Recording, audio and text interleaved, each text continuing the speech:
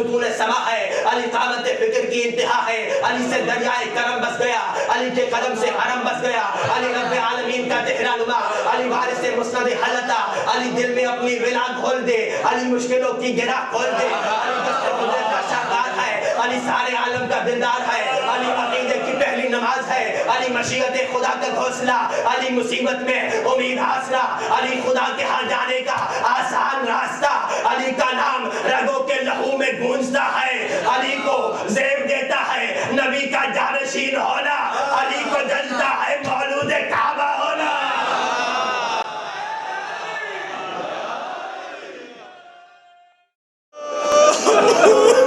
نے کہا مولا تو بسم اللہ مصیبت کیا ہے؟ خود مولا اپنے اصل مسائل سنا رہے ہیں۔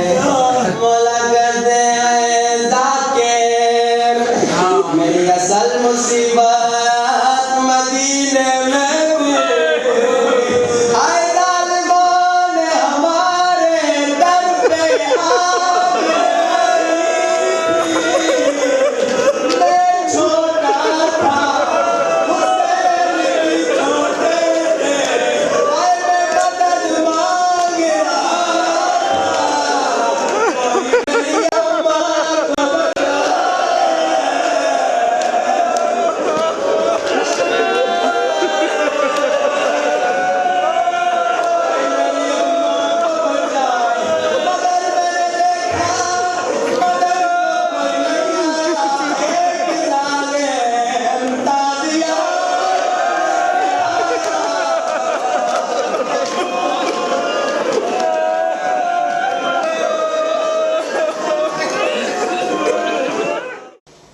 کہ خالق کائنات فرما رہا ہے اے انسان میں نے تمہیں عبث بیہودہ بیکار فضول خلق نہیں کیا بلکہ میں نے تمہیں عبادت کے لیے خلق کیا ہے۔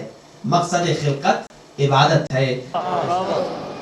آگے دیکھیں مصطفیٰ آدم کا امام ہے تو مرتضیٰ بھی آدم کا امام ہے، مصطفیٰ نوح کا امام ہے تو مرتضیٰ بھی نوح کا امام ہے، مصطفیٰ ابراہیم کا امام ہے تو مرتضیٰ بھی ابراہیم کا امام ہے، مصطفیٰ 1,01,24,000 انبیاء کا امام ہے تو مرتضیٰ بھی 1,01,24,000 انبیاء کا امام ہے، مصطفیٰ جنوں کا امام ہے تو مرتضیٰ بھی جنوں کا امام ہے، مصطفیٰ فرشتوں کا امام ہے تو مرتضیٰ بھی فرشتوں کا امام ہے، مصطفیٰ تمام صحابہ کا امام ہے تو مرتضیٰ بھی تمام صحابہ کا امام ہے۔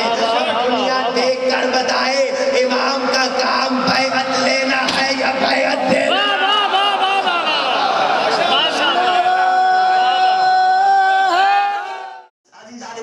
یہ انجیل بتاتی ہے کہ مشکل میں گرفتار جب ہوا اللہ کا نبی تو آواز بلند کی کہ نعت علی۔ علی جان محترم میتھیو 27 آیت 46 حضرت عیسیٰ قتل کیے جا رہے ہیں تو آیت آئی، اس نے کہا it was about 3 o'clock when Jesus cried with loud shout کہ 3 بجے کا ٹائم تھا جب حضرت عیسیٰ کو قتل کرنا چاہ رہے تھے تو حضرت عیسیٰ نے بلند ترین آواز سے کہا ایلی ایلی لما شبقتنی، اے ایلی میری مدد کو آ جا۔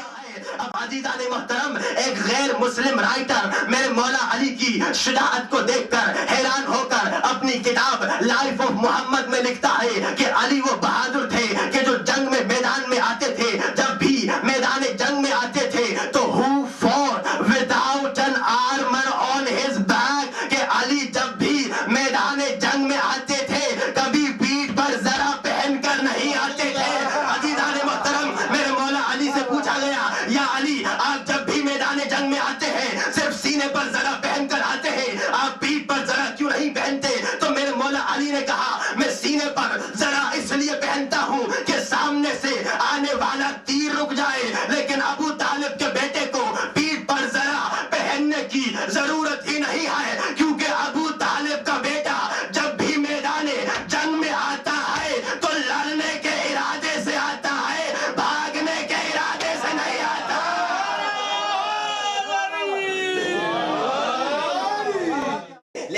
آیت بتا رہی ہے ہم نے اپنا کلمہ خود نہیں بڑھایا، یہ خدا نے بتایا ہے۔ آیت کیا بتا رہی ہے؟ خاص توجہات کا طالب ہوں۔ خدا نے کہا سب سے پہلے میری ولایت کا اعلان کرو، اللہ کی ولایت کا اعلان کرو۔ آیت نے کہا انما ولیکم اللہ ہو، تو ہم نے کہا لا الہ الا اللہ۔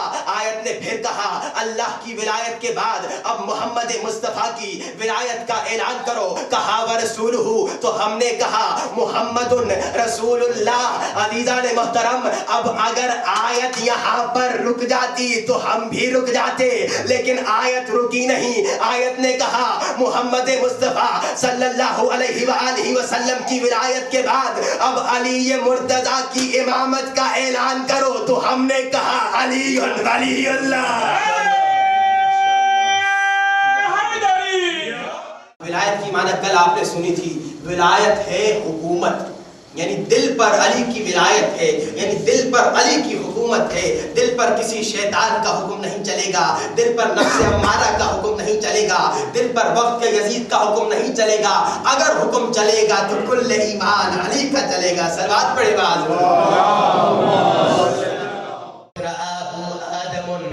صلبه نورا شكر فاستغفر الله به لولا علي ما غفر أيوب لولا حيدر على بلاء ما صبر وفلك نوح باسمه سار بأمن واستقر والخاتم الذي نال به سليمان الظفر عين وياء نقشه وسطهما لام القدر